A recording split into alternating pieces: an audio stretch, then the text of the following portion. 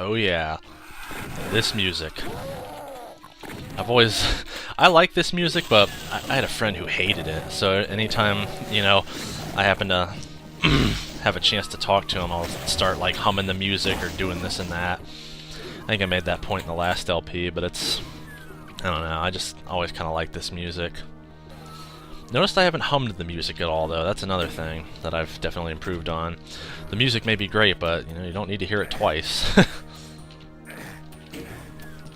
That's another thing that Retsupre kind of gets on people's balls for, so I won't do it. No, sir. Alright. Oh, wow. I didn't even know I could trigger that without actually going in there. The things I still learn about this game so much later. So many years later, rather.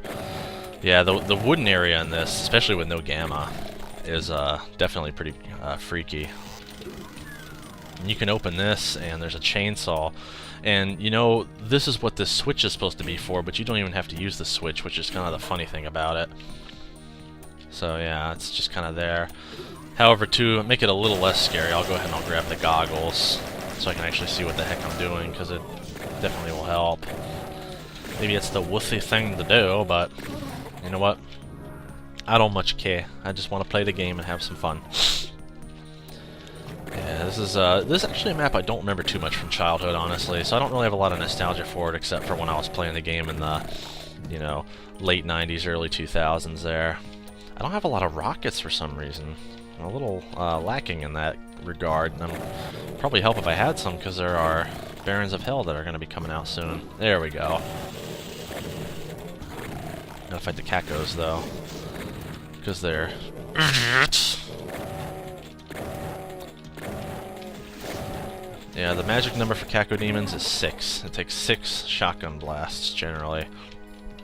If it takes any more, generally I'll just do 6 shots to them and then, like, poke them with the chainsaw or the chain gun or something. Okay, now I can go ahead and wake up all the enemies by going towards the area. So I want to kill these guys. These are jerk faces. There's no Berserk. Well, at least there is a Berserk, but I haven't picked it up yet, so I can't Tyson the Baron unless I really wanted to be here for a while. But I don't. I'm actually recording this right after episode 1, but it's not going to be released till the 11th, which will be today by the time you watch this, but it's not right now, so... Okay. I don't know why I'm saving so much. I generally don't save scum with the original game, because it's pretty easy, but I just want to be safe, because I wouldn't want to, like, die on camera and then have to redo a bunch of shit. Because even if I'm pretty good at this, and I don't have a lot of trouble with the regular episodes, I still do run into situations like these bizarre scenarios where I do get kind of effed up. And it happens. It's just one of those things. Did you see how he was already ready to shoot me as I came around the corner? That's another problem I have with hit scanners. They seem to just know that I'm there. That's why I prefer to try and take them out from cover if I can. But sometimes, I mean, if I don't know when they're there until they're already shooting at me, it doesn't really help now, does it? It's kind of annoying. Okay. Yeah, I know, oh shit, I said okay, and I said I wasn't gonna do it. No!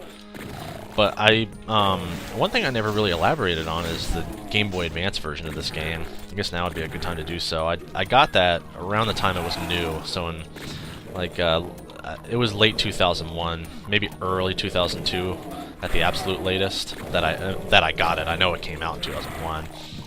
And that was one way for me to get a lot of Doom playing in off of the PC, because this was at a point where Doom was kind of a forbidden fruit for me.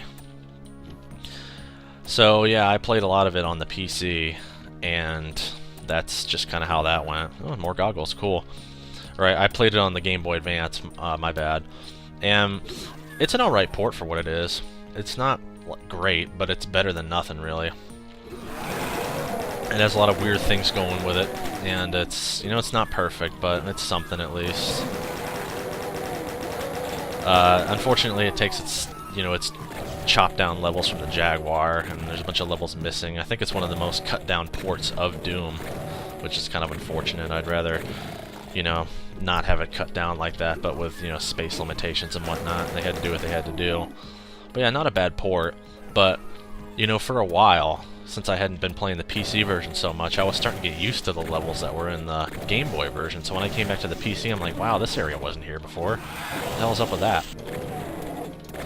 And, you know, it's just one of those things that you have to kind of get used to, because, yeah, playing Doom on the PC was just something I didn't do a whole lot of at that time. I wanted to, but I couldn't until I just started hiding it from my dad, because I was just really just wanted to play it. And I remember, like, when we would have 2-hour delays from school or a snow day or something, you know, Mom and Dad were at work, I'd just be like, oh yeah, playing some Doom, because they're not here, I can do what I want. And that was fun.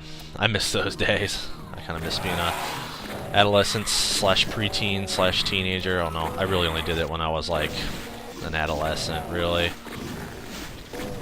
By the time I got my laptop, I was a little bit older. I was only 12, but I was still older than, you know, like 11. Yeah, dumbass. Okay, then there's this room. I always kind of like skip this room because I don't really like it, but we'll do it just cause. It's not like I have anything to lose. I don't have to beat a time limit or anything. And I'm really thankful that I don't have to try and race the clock anymore. I hated that about YouTube. I'm glad they at least did one thing right amongst all the things they haven't done right, especially in the past couple of months, if you know what I mean. And then here's the fake exit, although I'm kind of interested in going this way simply because there's a soul sphere in here. I think that makes the whole thing worth it. Normally I wouldn't even bother, but it's a nice thing to have, especially with the start of the next level.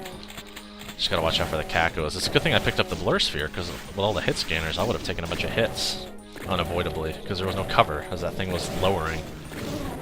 And the hit scanners with no cover, dick move. But sometimes you gotta do what you gotta do to make it challenging.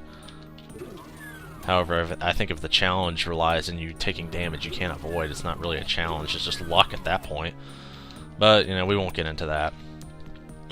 Now we're just gonna race for the exit, get out of this map.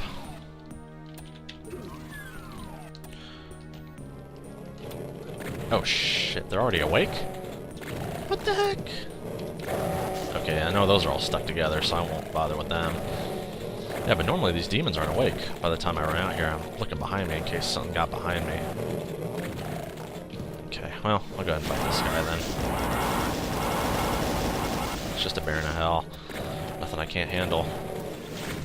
I just wanted to race for the exit, because I know that's what I did in the first LP. I just ran the hell away from him. So you don't have to fight him. Why bother? That logic doesn't apply all the time, though. You gotta be careful. Alright.